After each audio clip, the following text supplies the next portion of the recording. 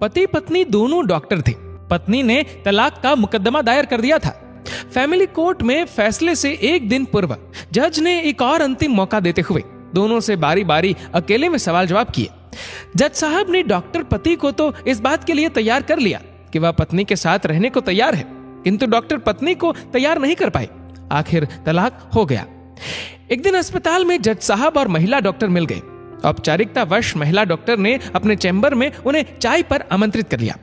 चाय पीते हुए वे बोले, डॉक्टर साहिबा, अब यहाँ मैं न जज हूं और न ही आप अदालत में हो। आपका तलाक हो चुका है, लेकिन मैं आपकी खामोशी का राज नहीं समझ पाया।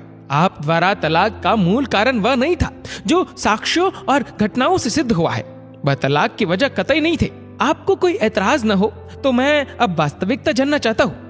मुझे इससे भी कोई फर्क नहीं पड़ता जज साहब, कल उसके साथ कुछ भी घटे, उसे सजा हो, मुझे कोई फर्क नहीं पड़ता। मैं बस उस वहशी से मुक्त होना चाहती थी। मैं नहीं चाहती थी कि मेरे तलाक के कारण उसका जीवन, उसकी नौकरी खतरे में पड़ जाए। मैं घाव को नासूर नहीं बनने देना चाहती थी। डॉक्टर महिला ने कहा, फिर तो अवश्य ही कोई गंभीर मामला था। जज साहब बोले। महिला ने कहा, हम दोनों ही डॉक्टर हैं। मैं 4 माह से गर्भवती हूँ। एक तो मैं नहीं चाहती थी कि मेरा गर्भ 9 महीने में मेरे तनाव के कारण अपाहिज या कोई अनोखी बीमारी लेकर पैदा हो। मैं यह समय बहुत ही शांति और खुशी से बिताना चाहती थी। हर तनाव मुझे स्वीकार था, किंतु हद तो तब हो गई जब। इतना कहते कहते महिला रुक गई। रूंधे कंठ से वह फिर बोली, वे लड़का चाहते थे और उसके लिए भ्रूण परीक्षण पर जिद कर रहे थे, जिसे करवाना हमारे लिए बहुत आसान था, लेकिन ये मेरा अपमान था और भ्रूण परीक्षण एक सामाजिक अपराध भी है। ओह, जज साहब के मुंह से निकला, हाँ, इसीलिए मैंने तलाक का ये कारण नहीं लिखा था। मुझे तो आसानी से तलाक मिल जाता, किंतु उन्हें सजा हो जाती, उनका भविष्य अंधकारमय हो जाता।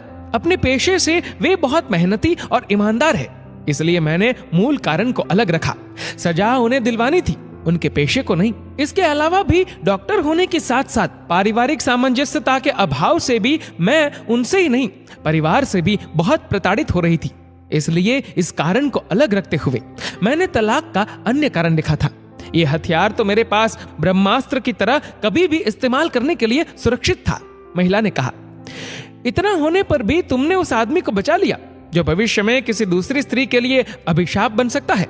जज साहब बोले, हम सामाजिक प्राणी हैं, ईश्वर पर आस्था रखते हैं, भविष्य के सुंदर स्वप्न देखते अवश्य है, किंतु जीते वर्तमान में है। कर्मण्येवाधिकारस्ते गीता के इस संदर्भ को ध्यान में रखते हुए भविष्य के अच्छे बुरे कर्मों का हिसाब किताब ईश्वर पर छोड़ देते हैं। मुझे तो बस गर्व